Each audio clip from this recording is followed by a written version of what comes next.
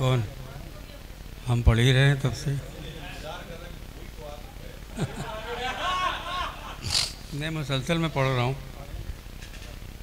अच्छा, वफ़ा साहब बुलाने से पहले एक ताज़ा गज़ल के 3-4 शेर बहुत आसान ज़बान में है, मैं सुना दूँ।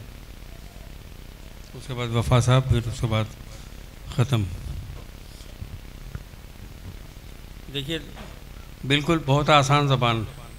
मैं ये समझता हूँ कि आसान कहना बहुत मुश्किल होता है और मुश्किल कहना बहुत आसान होता है, क्योंकि मुश्किल कहने में दिमाग लगता है, आसान कहने में दिल लगता है।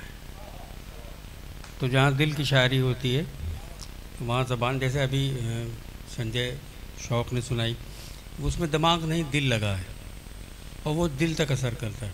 तो मैं चंद शेर सुना रहा हूँ।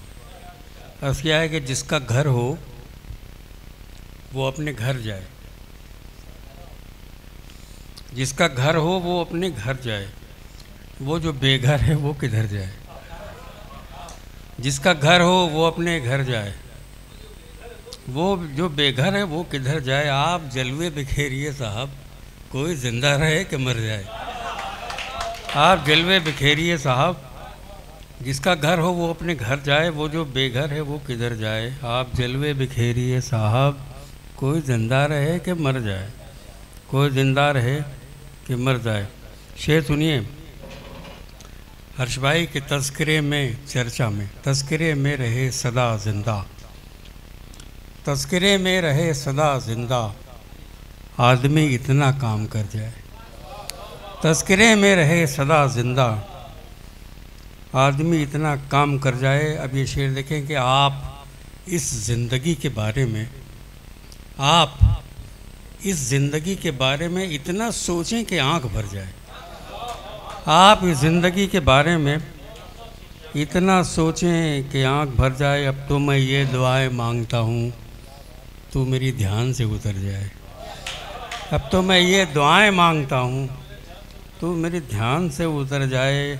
और ये तमाम जो शायर कवि सब बैठे हुए हैं कि अब तू मेरे ध्यान से उतर जाए।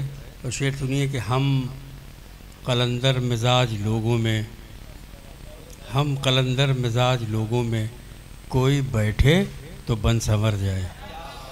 हम कलंदर मिजाज लोगों में, कोई बैठे तो बन संवर जाए, कोई बैठे तो बन संवर जाए।